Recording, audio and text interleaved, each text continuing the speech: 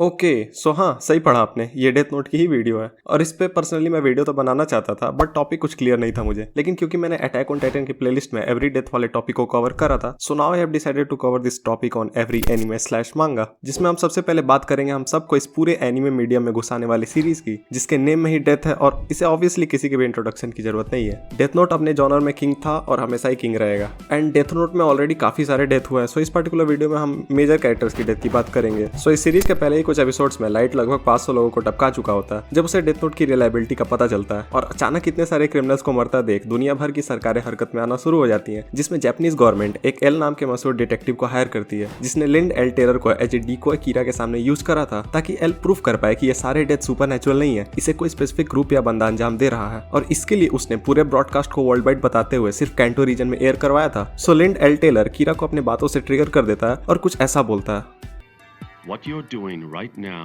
is evil. इसके बाद light death note में उसका नेम लिख देता है और उसे मार देता है। और इसी के साथ एल को काफी सारी चीजें एक साथ पता चलती है, जैसे लाइट का लोकेशन, उसकी आइडियोलॉजीज और उसके लोगों के मारे जाने की फ्रीक्वेंसी से एल लाइट एक स्टूडेंट है ये भी पता लगा लेता है। और यहीं से स्टार्ट होती है दोनों के जस्टिस को लेकर अपनी विचारों की तकरार। सो सीरीज में अपने को आगे पता चलता है एक शिनिगामी का दिल अपने मीसा अमाने पे आ गया था, और एक दिन गेलस मीसा की जान बचाते हुए उसके स्टॉकर का नेम डेथ नोट में लिख के उसे मार देता है, जिससे मीसा की अल्टीमेटली जान बच जाती है, जो कि होना नहीं था टेक्निकली। और क्योंकि शिनिगामी जैसा नहीं कर सकते थे, सो गेलस इसके बाद डिसइंटीग्रेट होकर मारा जाता है। एक FBI एजेंट जो ऑलमोस्ट लाइट पे इन्वेस्टिगेशन रोकने ही वाला था, वो और साथ ही पूरी FBI की टीम लाइट के जरिए इनडायरेक्टली मारी जाती है। दरअसल बस वाले इंसिडेंट के दौरान लाइट काफी चालाकी से पेनबर की FBI ID को देख लेता है और फिर पेनबर से ही अपने टीम के बंदों का नाम डेथ नोट की पेज पर लिखवाते हुए पूरे FBI टीम को साफ कर देता। रे पेनबर के बाद बारी आई नाओमी मिसोरा की, जो कि एक फॉर्मर FBI एजेंट और रे पेनबर की फियांसे थी। नाओमी एक केस में एल के साथ भी काम कर चुकी थी और कीरा वाले केस को लेकर वो वापस एल को कांटेक्ट करना चाहती थी, जिस दौरान उसे रास्ते में लाइट यागामी मिलता है, जो अपने फादर का नेम यूज करते हुए खुद को टास्क फोर्स का मेंबर बताता है और नाओमी को ज्वाइन करने का ऑफर के बदले उसका ID मांगता है, जिसे देखने के ठीक बाद लाइट नाओमी का नेम डेथ नोट में लिख देता है और नाओमी की भी काफी अनफॉर्चुनेट डेथ हो जाती है। कसम से जिस पेस में नाओमी चल रही थी उसके एल से मिलने के बाद मोस्ट प्रोबेबली ये सीरीज आधे में ही निपट जाती। क्योंकि हिगुची है नेक्स्ट इस लिस्ट में, जो कि योत्सुबा कॉर्पोरेशन में टेक्नोलॉजी डिपार्टमेंट का हेड था। बेसिकली लाइट के डेथ नोट को टेम्पोररी अबैंडन करने के बाद रेम लाइट के ही कहने पर डेथ नोट एक ग्रीडी, फोर्सफुल और सेल्फिश इंसान को दे देती है, जो कि थर्ड कीरा के तरह एक्ट करता है रेम के कहने पर। बाद में वो इन्वेस्टिगेटिंग डिपार्टमेंट द्वारा पकड़ लिया जाता है, जिसके बाद लाइट अपने मेमोरी को वापस गेन करते हुए तुरंत उसे मार देता है। सो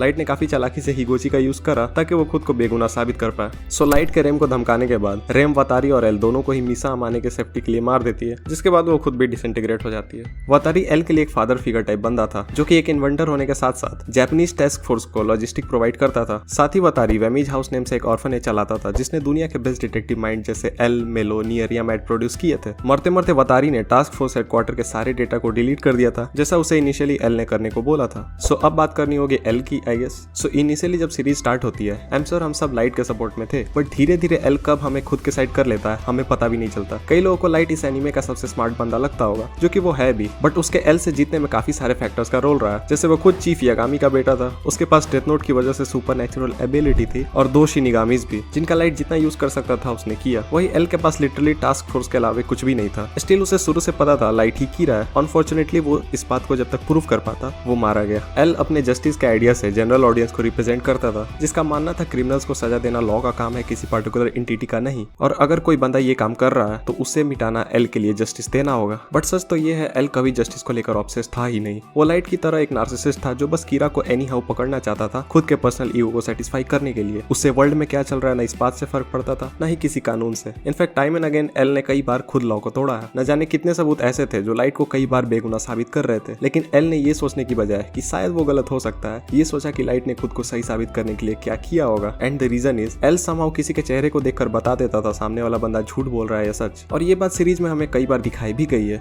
Why come here to announce that you could be Kira? It's an act.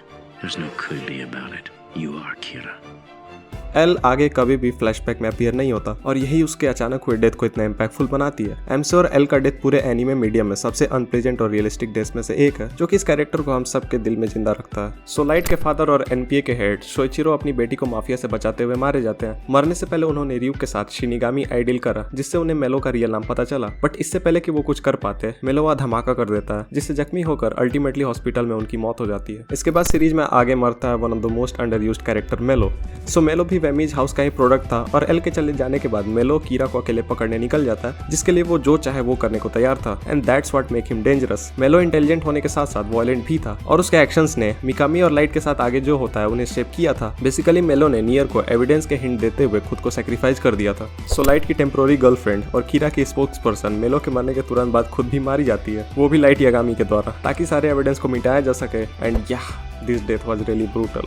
So light को गॉड मानने वाला वन डायमेंशनल बंदा जब उसे सबके सामने हारता देखता है, तब आउट ऑफ डिस्पेयर मिकामी एक बॉल पॉइंट पेन से खुद के चेस्ट को स्टैब कर देता है और मारा जाता है। मिकामी के अंदर भी लाइट जैसी सेंस ऑफ जस्टिस थी और लाइट ने उसे एज ए टूल यूज किया था ताकि वो वापस से अपने ऊपर लगे सस्पिशंस को हटा सके। और लाइट की बात करने से पहले मैं मीसा अमाने को मेंशन करना चाहूंगा, जिसकी डेथ ऑफ स्क्रीन हुई बट उसके पूरे प्रोसेस को हमें एंड क्रेडिट के दौरान दिखाया गया था। मीसा अमाने लाइट की मौत की खबर सुनकर डिप्रेशन में चली गई थी और उसने in the end suicide commit कर लिया। And again like other female characters in this series, there is nothing much to talk about Misa Amane sadly. And in the end series का मेन प्रोटैगनिस्ट लाइट यागामी भी मर जाता है near के उसे कीरा proof करने के बाद, क्योंकि वो पकड़ा जाता और फिर उसे सजा मिलती, जिस प्रोसेस में काफी टाइम लग जाता। और क्योंकि अपना रियूक बोरियत बर्दाश्त नहीं कर सकता, सो उसने बाद में होने वाली चीज को काफी पहले ही कर दिया। जो रिजल्ट थी उसके और लाइट के बीच हुई शिनिगामी डील का। मरने से पहले लाइट मिकामी, तकादा और मीसा को अपनी हेल्प के लिए याद करता है, बट इन द एंड कोई था नहीं उसके पास। लाइट ये लाइट ना होता अगर उसे डेथ नोट कभी मिल ही ना होती तो, और उसने शायद डेथ नोट से वही किया जो कोई दूसरा बंदा भी करता। किसी भी सिविलाइज सोसाइटी में लॉ के अनुसार क्राइम करना गलत है और क्रिमिनल्स को मारना भी गलत है। एंड अगर क्राइम करने वाले को कोई इनोसेंट बंदा मारता है तो वो बंदा खुद ही उसी क्रिमिनल के बराबर है, क्योंकि लाइक रियूक सेड,